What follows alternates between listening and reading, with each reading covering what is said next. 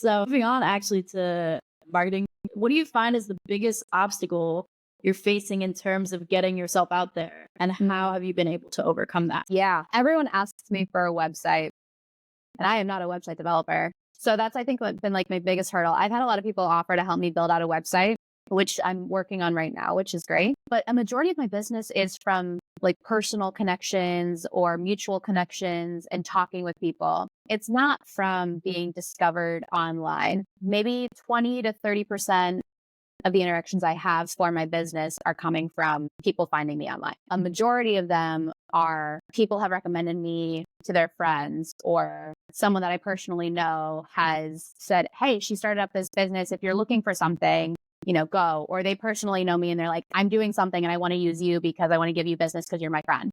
There's a lot of that supporting each other as part of getting my business. But I think the biggest hurdle I have is that because I'm one person, I also know that I don't have skill sets for everything that I need. So figuring out who to bring into the process at what point has, I think, been my biggest hurdle, because starting up a new business takes money. And, I will be the first one to say that I'm not the ones getting like $50,000 contracts left and right.